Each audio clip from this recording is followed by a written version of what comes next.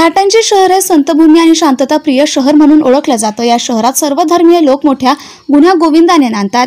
याच घाटंजी नगर परिषदेचे मुख्य अधिकारी तथा प्रशासक हे एक शांत स्वभावी, मितभाषी, सर्वांचे ऐकून घेणारे आणि विकासाची दूरदृष्टी असणारे अधिकारी असून त्यांनी अल्पावधीतच घाटंजीकर नागरिकांच्या मनात स्थान निर्माण केलं। मात्र काही मोजकी मंडळी मुख्याधिकाऱ्यांना लक्ष करण्याच्या हेतूने लहानशा मुद्द्याचा बागुलबुवा उभा करून आणि शांतता समितीच्या बैठकीतील त्यांच्या बोलण्याचा विपर्यास करून दोन समाजात तेढ निर्माण करणारे अधिकारी अशी त्यांची प्रतिमा रंगवण्याचा सोशल मीडियाच्या माध्यमातून मागील काही काळापासून प्रयत्न करतात।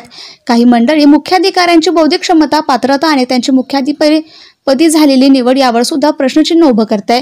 एवढ्यावरच न थांबता स्वच्छ सर्वेक्षण अभियान 2024 मध्ये घाटंजी नगर परिषदेला मिळालं यश हे सुद्धा गैरमार्गाने मिळवून दिल्याचा आरोप करून आणि हीन दर्जाचे शब्द वापरून 25,000 घाटंजीकर नागरिकांचे प्रशासकीय प्रमुख असणाऱ्या अधिकाऱ्यांचाच नव्हे तर घाटंजीकर नागरिकांचा अप्रत्यक्ष अपमान करतायत।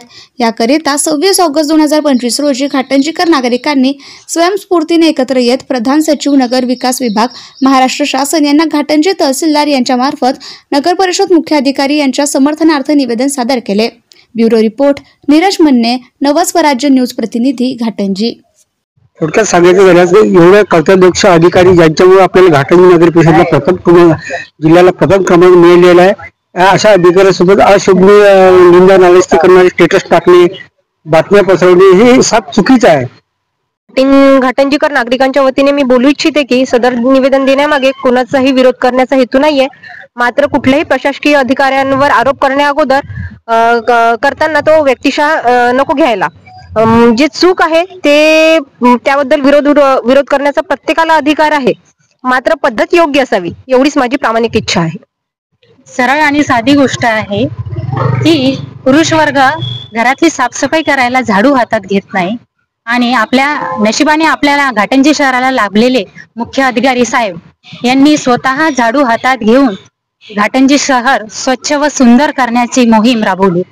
त्यासाठी त्यांनी दिवस रात्र मेहनत केली आणि आपल्या घाटंजी नगर परिषदेला जिल्ह्यातून प्रथम क्रमांकाचा मान मिळवून दिला। हे आजपर्यंत इतिहासातही झालं नाही। अशा मुख्य अधिकाऱ्यांबद्दल सोशल मीडियावर होणारे त्यांना अपमानास्पद बोलले जात आहे, हे एक नागरिक म्हणून आमची भावना दुखावल्या जात आहे। Subscribe now and press the bell icon. Never miss an update.